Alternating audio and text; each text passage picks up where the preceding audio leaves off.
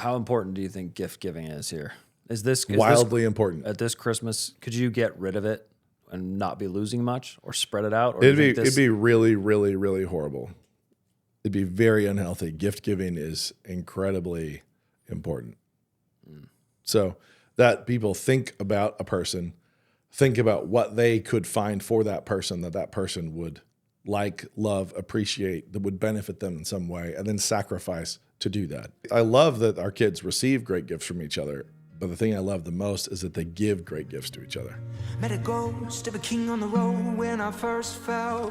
Fire burning to my knees I fell. Met a ghost of a king on the road. Okay, we're changing gears. This seems like a Christmas question.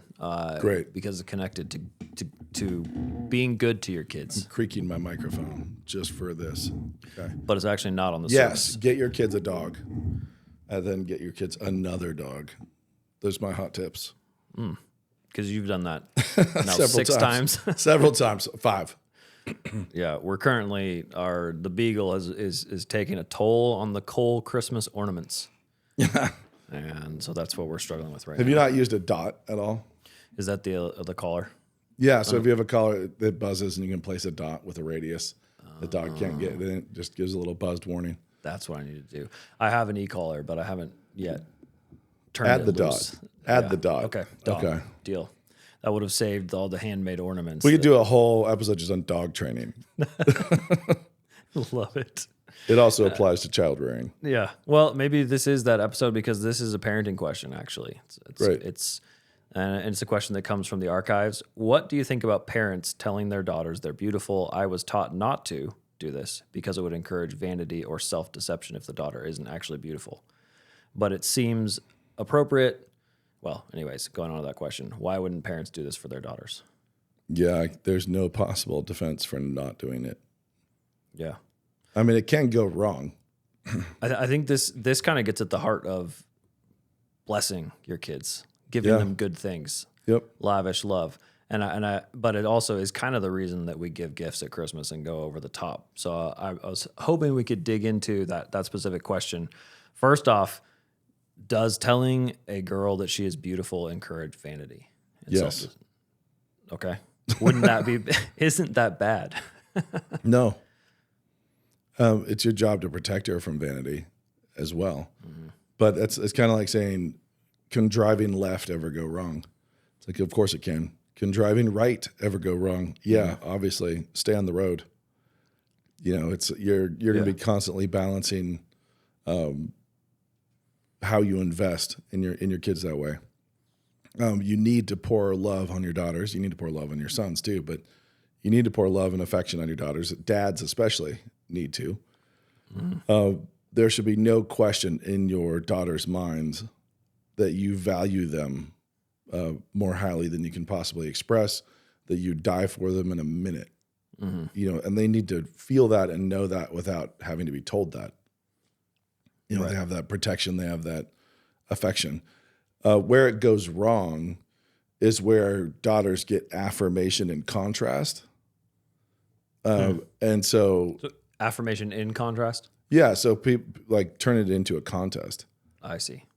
You know, so it's very, very easy for parents to take that next step and be like, you know what, you're beautiful. You're just beautiful. You're amazing. You're beautiful. And trying to hype them up for a piano recital or something. Like you actually start to hype them up. And then afterwards they're like, I did bad.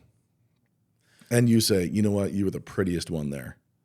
Mm-hmm. Like that kind of thing is unhelpful. So to make up for failures or emotional lows. Exactly. And so because your daughter messed up, instead of saying, yeah, I think we should have practiced a little bit more, huh? And loving her anyway, and hugging her and keeping her secure, instead of being honest, you distract, dump superlative compliments, and assert that she was superior to all the other girls. And so you move her vision away from you, her father, and your love and acceptance and despite the messed up. Yeah, piano your recital. absolute love for her. You do that, and instead you point sideways and you see these other clowns. You're way prettier than they are. Unless you're doing that as a joke, it's an unhelpful catechism to get that in there. Right. Okay. So the question has to do actually with whether you are being honest. Yeah, don't lie to your kids. Now, I think people who I'm trying to make the strongest case for not telling your daughter that she's beautiful here. Yeah, and it seems like the self-deception aspect of it. I don't know. It feels like a parent trying to be holier, or maybe they're watching a culture that's obsessed with particular outward appearance. Well, I think that what people end up doing is they're going to say, hey, so I don't want to make my daughter vain. I prefer her to be insecure. I want to make her vulnerable to attention and affection from any passing man. Yikes. Yeah. Yeah, that's what you're doing. So if you're like, no, I'm withholding this because I don't want you to be vain, that's ridiculous. If you have a daughter who struggles with vanity, and there are girls who do struggle with vanity, there are also tons of guys who struggle with vanity. Yeah. Just manifest differently. Then you're going to have to walk carefully. But what she should be absolutely confident of is your absolute affection for her, your love for her, your absolute commitment and affection to her. Right. So the compliments aren't coming as a game. Right. It's not putting a quarter in the machine. My daughter's feeling low. I'm going to tell her a couple times she's beautiful. Right. I'm gonna pump her up. Right. Now the thing is, telling your daughter that she's beautiful and telling her if she disagrees, like it really quickly. She's like, I feel awful. I'm just not, I've been ugly for a month. I'm sick of these braces, whatever it is. You have to be in a position where if you tell your daughter she's beautiful, like, listen, you are my beautiful baby. Like, this is, don't you insult my daughter. Don't you dare insult my daughter. Right. It's like really kind of popping out and reclassifying those characters. Not only that, don't you dare insult my daughter, and don't you dare call me a liar. It's like, it's this, what you want to do is secure her in that relationship as the daughter of this dad. And I'm focusing on fathers right now, but she's got to be absolutely secure in you, this protective, loving picture of God the Father. Right. And so the question is, if you get into a contest, if you get into an absolute contest mentality, there's only one girl in the world who could be told that she's the prettiest. Yeah. If on a scale of Helen of Troy, you're not it. Yeah. On a scale of who's the prettiest in the world. Right. There's one. But that's actually a witch's question. There's one prettiest, and God knows, and none of us do. Right. So don't get into the contest. Yeah. It's just as dumb as telling your son, you're the strongest. Yeah. You're so strong, you're the strongest. And it's like, that's not going to go right. Yeah. I mean, I was thinking about how often we give compliments to people. A compliment doesn't imply that comparison. A compliment is not, you don't live in a zero-sum world. Exactly. A compliment to someone else does not push everyone else down. Yep. Does not insult everybody else's daughters. Yeah. While you're trying to compliment yours. And you can see that pattern where there are guys and girls, but especially girls in this area, who cannot exist while other people are excelling. Mm-hmm. This shows up in athletic competition more for guys, where there's two kinds of competitor. There's the kind of son who is the kind of boy who is eager to be the best, and they should all strive to be the best, but they want to be the best by working harder, pushing more, training more, and grinding. Mm-hmm. I want to run faster. I want to beat that guy. Then there's the guy who wants him to pull his hamstring. Right. I don't want to get faster. I want him to get slower. Right. So I want to be the fastest. I want to be the strongest. I want to be the best, but I want to be the best by means of someone else's failure, as opposed to I want to be the best by having really invested and worked and labored and right. Or by sudden an airdrop of NBA talent. The kid who's sitting there, I would like to just suddenly be better. I would like to be amazing. Yeah. And so there absolutely is that. There's people who want the talent dump without the journey, without the work. They want to just be born amazing, but they already were born and it wasn't amazing. So, oh well. Those kids struggle to do the work at all. And so because they don't want to, they start hoping for failure in others. And that hoping for failure in others is not great.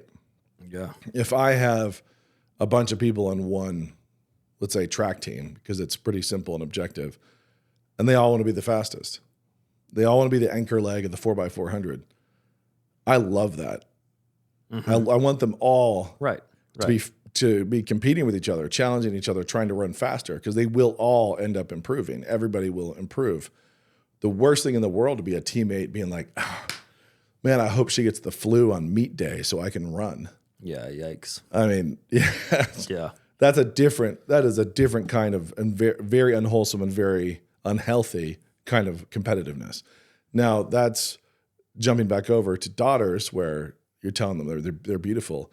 If you're making it a contest, if you're making it Miss America, you are weakening your daughter and you're weakening her in ways that will make her not a great person. Right. She'll be constantly looking sideways. She will not be able to be friends with another like high achieving, attractive person.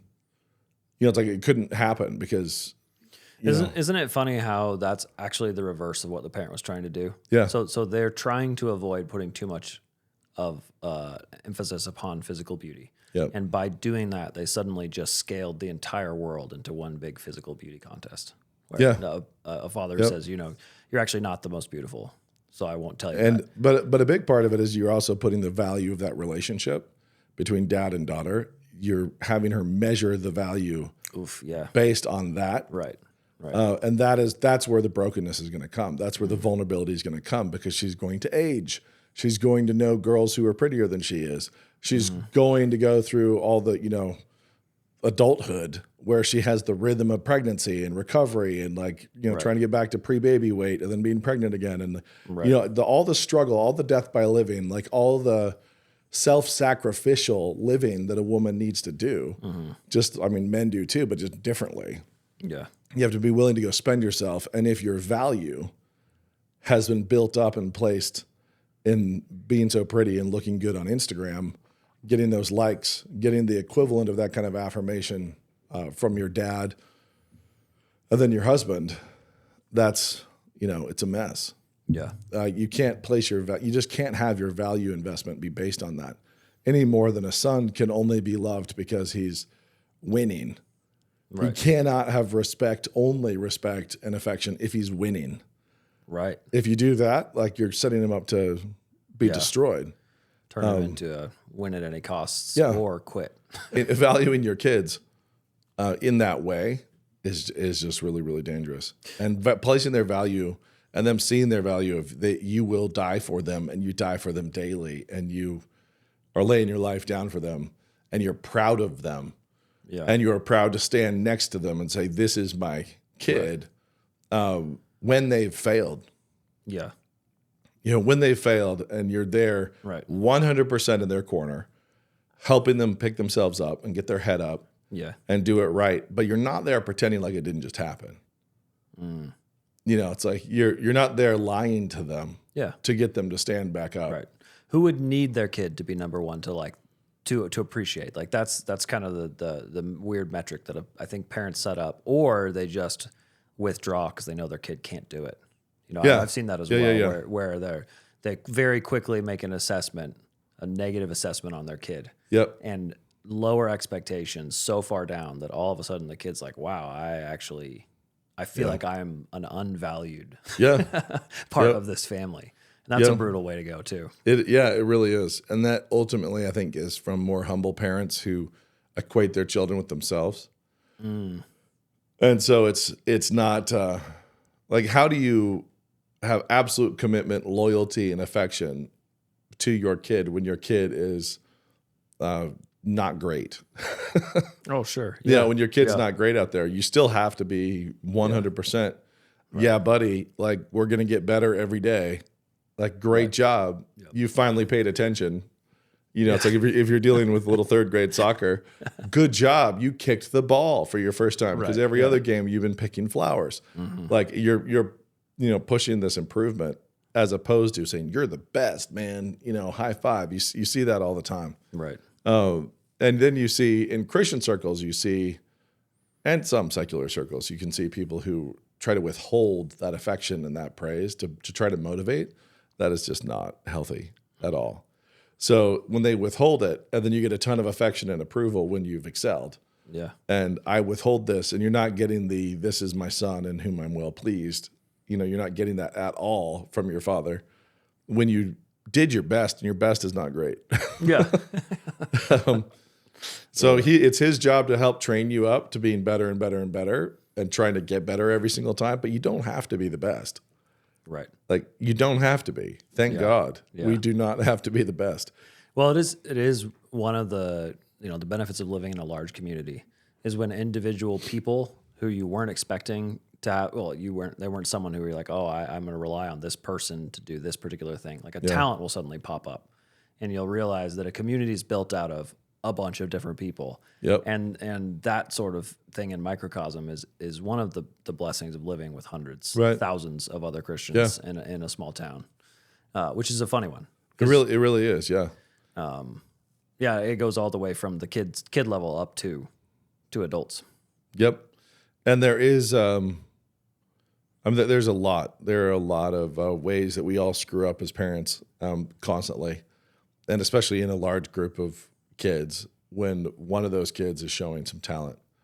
Yeah. Like, how do you not brand your different children? Right. You know, it was very important to me to not, we had 5, and to not brand my oldest as the smart one. Mm-hmm. But there was still that impulse, because not from us, but from his siblings, because he was the oldest. And so he knew the most. Right. And he was smart. You know, it's like, his little sisters right behind him were both wicked smart, but they're looking up at their older brother who knows more. He's gone through more education. No, that's been a big fight with us as well, is, hey, don't get a narrative. Watch the narrative on the particular kid, especially the 3-word narratives. Yeah. I at the little kid level, those are, to me, seem like the worst. Yeah. Especially when it's a negative one, and all of a sudden this kid becomes the fussy one. The fussy one, the sporty one. Yep. The smart one. Yep.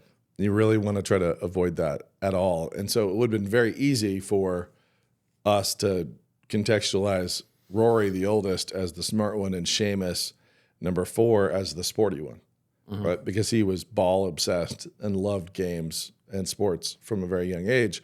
Rory played all those same things. They were not his deep love. They were not his passion. Knowing random stuff was. You know, I think you've got one like this. Yeah. Like information. Yeah. Like information was a drug to him. And actually that was in some ways sneakier, because it would be really, really easy to be just approving of that. And we've talked about this here before.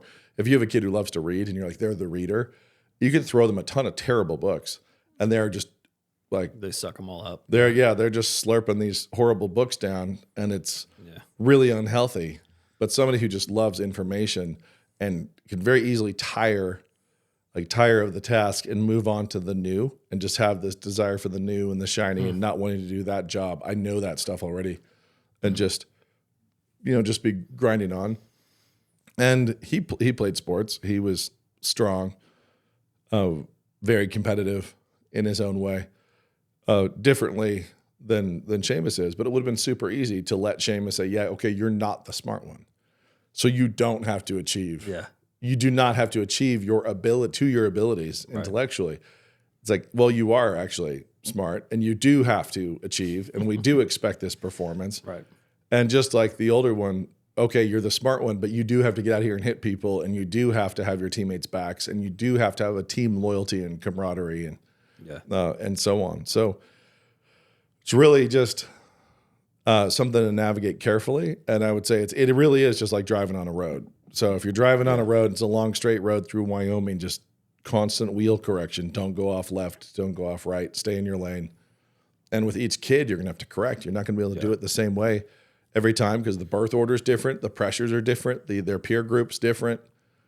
They have the older sibling ahead of them. Right. and where they don't. And so there's all these different impulses, and you need to constantly correct it. But I think the single most important thing is to not create that singular narrative that you're talking about for your child that is their identity, that becomes their identity. Yeah. You really want to fight powerful that. too. They are very powerful, And and you want to fight it's it. scary how fast that happens, and all of a sudden you start making excuses or dodging around things because Fitting it into the narrative. Yep. And then actually, hampering the kid. Now think about, we would be better at this, but think about doing that with daughters. We're like the pretty one. Right. Like how destructive that is. Right. And that can be very similar with sons, where we actually do like the stronger athletic one. Yeah. The smarter one. We don't understand that it is actually a devaluation as well as a valuation. It's not just positive. It's always negative as well. Right. So going in there and creating these exclusive brands is just dangerous for your kids. I mean, this is the skill we talk about a reader has. A reader has an ability, or a good reader has an ability to tell when they are giving themselves a pass on things. And it feels like parents do that. Yep. Often, where you brand yourself as, actually, I'm the one who doesn't do this. I relax in this particular way. I don't have to do work when I don't want to do work. I actually don't need to improve any of my skills right now. I'm just getting through life. Coasting. I'm just getting through life right now. Yep. You know, just coasting. But think about how we do this: introverts, extroverts, artists, athletes. Sure. You know, all that we get the little brand, and then we start to define all the bad behavior that's allowed. Yeah. You know, so think about a kid who's having a temper tantrum or crying after a game, and they're like, he's really competitive. Mm-hmm. You're like, really? Because he needs to suck it up. Yeah. Like, I'm not denying that he's tempted that way, because he obviously is giving into that temptation. I can see the temptation. I can see the temptation, but you just saying, don't worry, he has a proclivity to these things. It's like, that actually is very worrisome. That's so that's the temptation. Don't worry, he's a drunkard. Yeah, that's it. That's what he is. Yeah. Oh, she's an introvert. Oh, she's an extrovert. And you start to just accommodate yourself to bad behavior. And so we name it, we identify it as a brand, and then we say, so these things are allowed. These things will be tolerated. These bad behaviors will be tolerated. Yeah. We've talked about, I think we've mentioned Edwin Friedman before, but the story he tells about the nerves. If your nerves grew out of you and everyone just avoided every nerve of yours all the time, you'd be a terrible person. You need someone really awful. Chop it off with an axe. Yeah. Or stomp on it. I can't remember. The axe would be better. And so kids have that, they want to settle into their groove that is their brand, that is their unique strength. You want to support that strength, but you also more urgently need to build up all the strengths in all those areas where they're naturally weak. Yeah. So if you look at an individual kid and you think, what do they need from me? Mm-hmm. Which things are just firing and which things do they really need help with? Are they self-branding? Are they trying to get themselves off the hook so they can be the dumb one? And then they feel zero shame about doing bad in any kind of academic pursuit. And is it just because they, unlike their sibling, they have zero interest when they come to it? They have no natural interest. They have all this interest over here. It's like, well, then that's obviously where they need the most help from you. They need that. They need the help building up where they're weak. Right. And they need affirmation and respect where they're strong too. But if you just always give that affirmation to where they're already good, little Jackie is super good at piano. And so we just give her tons of, affirmation about her music. Mm. And she's always being over dramatic on the piano bench and playing and getting affirmation here. What else does she need to be good at? Is it the dishes that she needs to be good at? Right. And is it actual like hard work, physical chores that this girl needs to get some affirmation for? Like she needs to be built up. It's very easy for parents to just give that affirmation where they're strong and then not identify where they're weak and not even attempt to build them up or strengthen them in those places. I think what I've really appreciated I've heard it from your dad and then also from you, is thinking about how kids are supposed to grow up to be alongside of you. Yeah. And that helps address a lot of those questions of like, is this the piano girl? Well, it's like, well, would you like to live your entire life alongside the piano girl? I mean, maybe if maybe, and it's not like playing piano is not helpful when you're an adult. Yeah. But it is if you think of, are you going to be fighting alongside a one-dimensional character that you've created? or do you want a full human who's able to join the fight alongside you? Yeah. He's going to go impact culture, be a mother of armies. And, is this person going to be a person who can actually stand up and do things and be a cornerstone of a family culture? Not a little donut sprinkle of a family culture like a talented child can be. A cornerstone of a family culture. They have to grow up and be a father or a mother, a matriarch or a patriarch, which will be a cultural cornerstone for a whole tribe. Do you remember that part in David's story? So it's right after he gets back from Absalom, and then there's another rebellion right away. Yeah. And then the rebel, what's his name? Somebody, the son of Bichri, I can't remember, runs off to a tiny town in Israel and takes root there. Joab goes to kill him after having murdered off his upstart. And he gets there, and there's an unnamed woman on the wall who just says, Joab, why are you trying to wipe out this town? We're famous. Why are you trying to kill me? And basically she's like, I'm a mother in Israel, and she solves the whole thing by cutting the guy's head off and throwing it over. Yep. And solves it all. And I was just thinking of what a cool character. A gentle solution. Yeah. It was one person dead. But what a cool woman she was. We don't know what her name was. All we know is that she loved her town, knew its history. Cool under pressure. And was very cool under pressure. And I don't know why no one else in the town was talking to Joab, but she's like, hey, are you Joab? She had the backbone. Yeah. She was up there on the wall. Yeah. And that right there, an inspirational character that I hadn't remembered from previous Bible readings. So throwing the head over the wall. So that's more, I think we need to assess our daughters more on that scale. Make sure the piano girl can do that. Yes. If the piano girl can see when a quick execution would be the end of a war, that's the kind of mother in Israel we need. None of our kids have been musical performers on a piano, like instruments or anything like that. All of them have gone through many, many years of piano instruction. Not because we ever thought they're going to go be concert pianists. We had no desire for that, but because we wanted their brains to form in a certain way. We didn't want to leave things just undeveloped.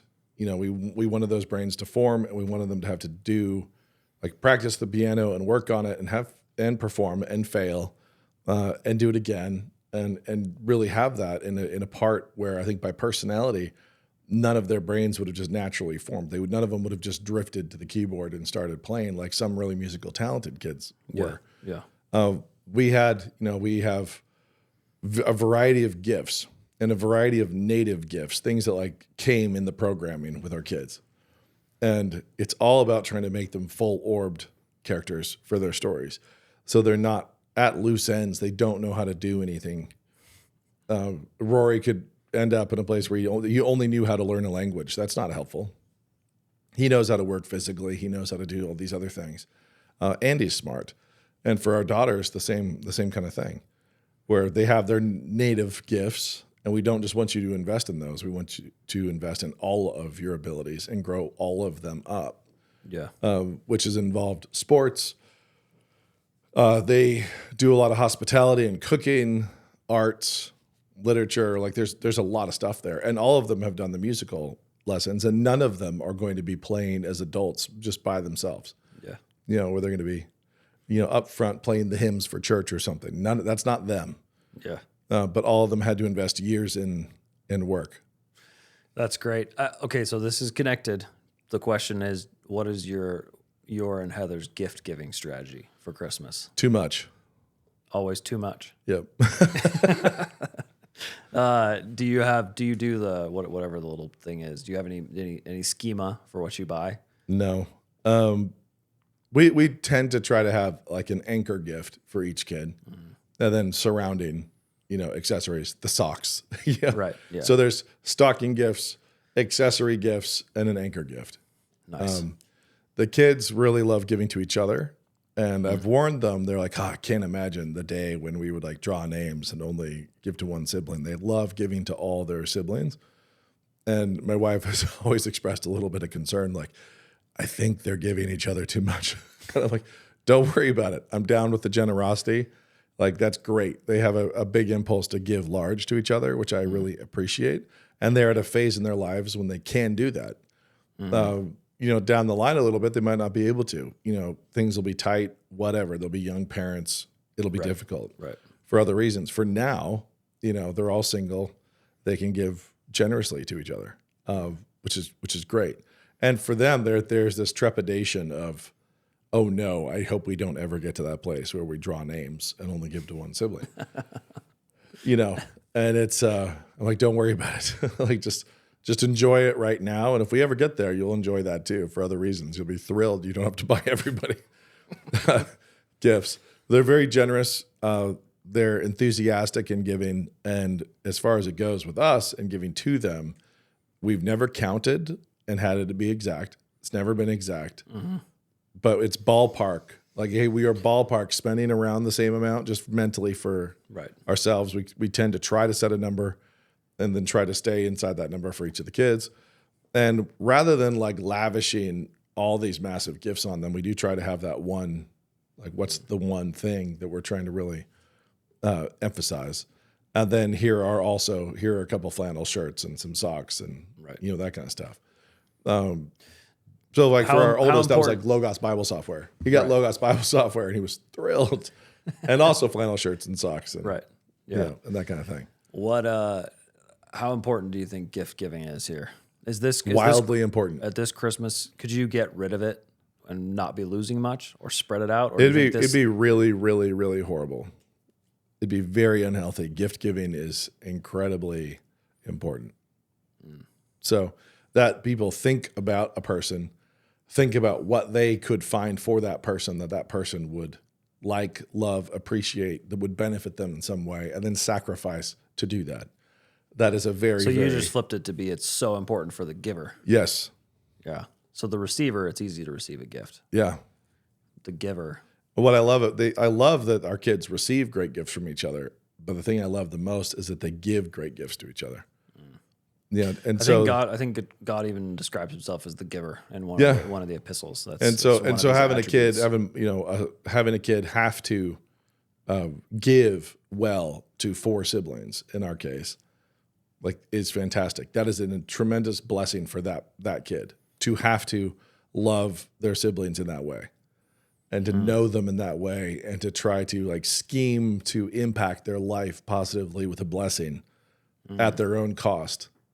That's a tremendous blessing. And so it's actually a skill that they have to develop. It's absolutely. Because you can't just go to the mall and get a present. I wonder what's here. Yeah. It's like if you're just wandering around and you're just grabbing some junk that was available, you're wasting your money and you're wasting the opportunity to become a good giver. And so the blessing of giving is, especially watching your kids grow up into giving, the blessing is for the giver. It's great to receive a gift. Yeah. But to have the skill, the sacrificial skill to identify, target, and sacrifice to give for those that you love is amazing and really, really critical. It is a really critically important thing as well. Do you think we have to throw this question on here? Because we're nothing if not circumspect. Yeah. Is materialism a problem at Christmas? No. Why not, Nate? Seems like I heard Christmas is a celebration of the material world. Yeah. It's the incarnation. Yeah. God becoming part of it. Yep. So this is the celebration of the incarnation, of us getting a real material gift that was the ultimate and profound gift. And I think that materialism is a problem at all times, always. So is Gnosticism at all times, always. So is pietism. Kind of like what you said about the vanity and steer in the road, stay in the middle. Right. Is pietism a problem for Christians at Christmas? Yeah. Is sentimentality a problem? Yes. Massive. Sentimentalism is like one of the great poisons of the Christmas season everywhere, and far more in the secular world. Empty, soulless, spineless sentimentality. That's awful. I just heard an NPR interview of a slightly lispy male interviewer interviewing some woman that he had said, we had to talk about this. And they're talking about how The Polar Express is her favorite Christmas movie, and how it established such a warm, inviting Christmas community. And that's, for her, when the bell rings, that's Christmas to her. And I just thought, heavy sigh. Yeah. It's like that sentimentalism. I think that's the reason I grew up hating Santa Claus so much. I've had to come around and relax a little about Santa myself, but because I was like, I think I've talked about Santa. Just rule: never lie to your children. If you're lying to your kids about Santa, knock it off. Yeah, you're clowns if you're lying to your kids, and they will learn not to trust you about anything, as they should. However, if you're a ninja with Elf on the Shelf and you're playing a game with your kids and you're moving it around and they know they're in on it, but you're like, what? I don't know how it's happening. You're like, you're doing all that. That's awesome. Yeah. I did that with a monkey instead of an elf. There's this little tiny monkey that was always running around their attic. When they were little, I had built this third floor on the house with these dormers that fit bunk beds. And so we had this one big Peter Pan nursery attic that they were all in. And this little monkey was always traversing the attic and showing up in weird places, hanging onto the ceiling fan blade, whatever it was. And I would be like, it's alive. And it would be like, no, it's not. It's like, and we'd have that kind of banter, but they all know that it's not really. Right. They all knew that Tiny Sinbad didn't really take their teeth. Right. And no, I know. the coming of Tiny Sinbad was always fun. That's nice. Tiny Sinbad is good. I just have what the Tooth Fairies are using it for. It's always weaponry of some sort. Yeah, exactly. So that was Tiny stories. Sinbad. Yeah. So that and I would always be like, I don't know, like this is the real deal, and they'd all laugh, but I would always do it in a way that they're in on it. Right. They're in on the joke. I am not fooling them. Yeah, my kid was so sure he wanted to catch me. He stayed up till 11:30 one night and then grabbed me while I was trying to replace the tooth under his pillow. It scared me so bad. And I was like, well played. He hid behind a door, grabbed me while I was trying to swap the tooth in under the pillow. And Clearly, it needed to be 2 in the morning. Yeah, I was always safe. I needed to go later. I operated at such a late hour that it was far more effective. Yeah. Don't lie to your kids about Santa. Don't do it. Tell them the real story of Nicholas. Right. Like, he was a real dude. He's in heaven. This is the story of Saint Nick. Yeah. Or we're looking at Tolkien's Father Christmas stories as as an excuse to tell stories. That's what it is. Yep. That's what we are. And stories of gift giving. Yep. So stories of gift giving that's what Christmas is. If you start trying to take out all the protein, take out all the bones, take out all the substance, and just have the saccharine sweetness. Just have Tiny Tim. Yeah, I don't want the ham. I just want the honey glaze. It's like so disgusting. I don't like honey glazed ham anyway. Eggnog. I do not like honey glazed ham anyways. It's too sweet. But it is just the honey glaze all by itself would be awful. That's Tiny Tim. That's the sentimentality of Christmas when people are trying to ruin it. I think that's a much worse and more dangerous and toxic thing than materialism. Gotcha. At Christmas, saccharine sentimentalism is a far more potent poison. Yeah. And not to say that people aren't swiping their credit cards and being idiots and all the consumers. Acting like the 2-year-olds. Yeah. Yeah. Yep. That's why the end of Elf is so annoying. They only could find a better way to resolve the movie. Yeah. Yes. True. It does definitely just kind of like... Yeah. Just get tired. Yeah, but the first 2 acts are pretty amazing. No, I know. They're pretty good. Yeah. Yeah. All right, there we are. That's it. That's all we're doing. This is also why Die Hard is a great Christmas movie. It's not sentimentalism at all. I don't understand how people think it's not. It's obviously a Christmas movie. And the reason why, when people make their cases that it's not, is because of this honey glaze problem. Nice. They have this but it has to be super saccharine. It has to just be no protein and all the honey glaze. Yeah. It needs to be like It's a Wonderful Life. It has to be a jellyfish. It has to be like Christmas Carol. It has to be some real saccharine marshmallow sweet finish. Not something that's sacrificial victory. You know, the giving of oneself and one's life for others is not the thing. Just run through the Christmas themes. Family reunification. Yep. Gift giving. Beethoven. Yeah. The Season. Yeah. Those are all there in Die Hard. Yeah. Yep. And Santa also, Claus. I mean, what else do you need? A father rightly ordering his strength. Mm-hmm. So instead of just being a pig-headed problem, he's taking that pig-headed problemness and making it like the protection. He's sacrificing it. Like he's taking it into death. And of course, filters are available as always. I used to watch it growing up, as I've said before, in the TV edited version where, all the words were dubbed. All the bad words were dubbed into weird. Into phooey. Yeah, one TV edited version was Monkey Fighters. Another one was Mr. Falcon.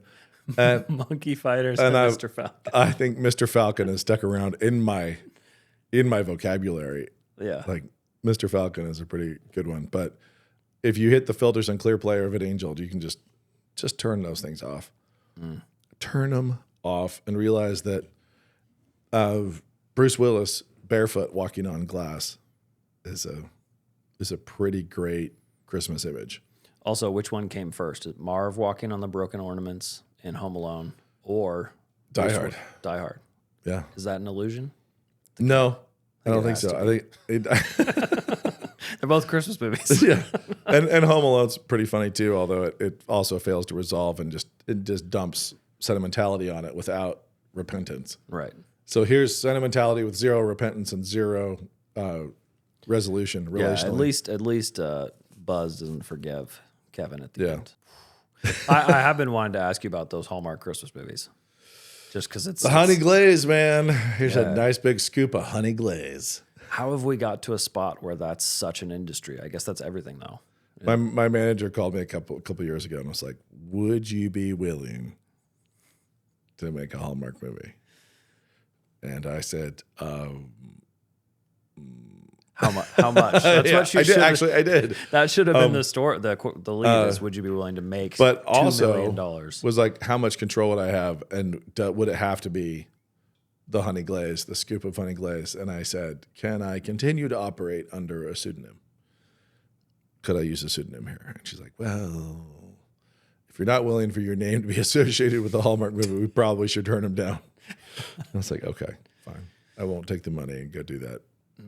But anyway, then yes, it was very formulaic, and no, I would not have had that much control. They just wanted your name on it. No, it's just they need people to pump them. They have a ton. They need to pump these things out, so they have to. They needed a cog. They need a lot of directors who are going to come, do stuff. We have the effeminate male lead. We have the sad woman. Make them get together. Yeah, so make it work. Make it work. And of course, I haven't really watched any, so I can't really speak to what they are. I just know what Hallmark is and what they represent. So there we go. Yep. Peace. Some people prefer to be cremated instead of buried, but Granddad wanted to be buried.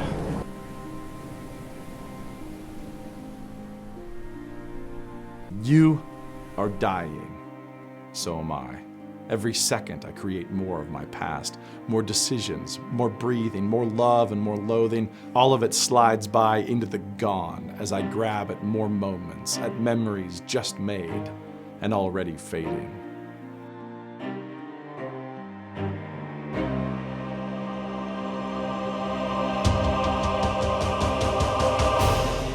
We are all authors, creators of our pasts, authors of the books that will be our lives.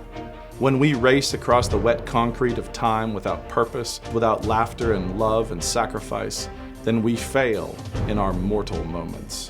See the past, see your life as the fruit of providence and thousands of personal narratives. What led to you?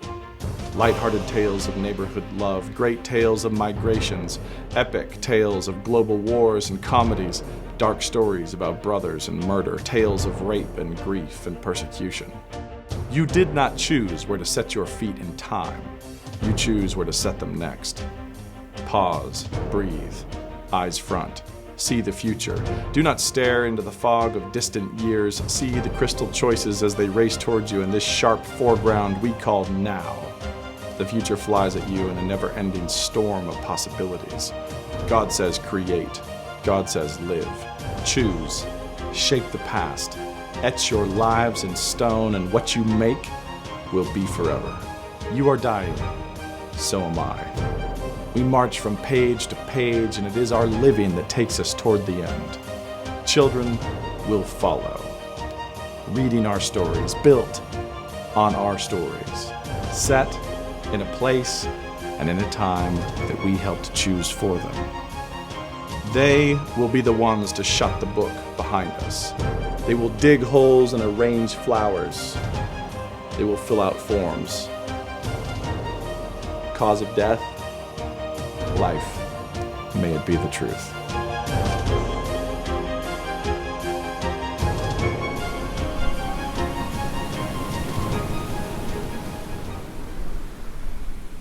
What's the point of the whole Bible? Kill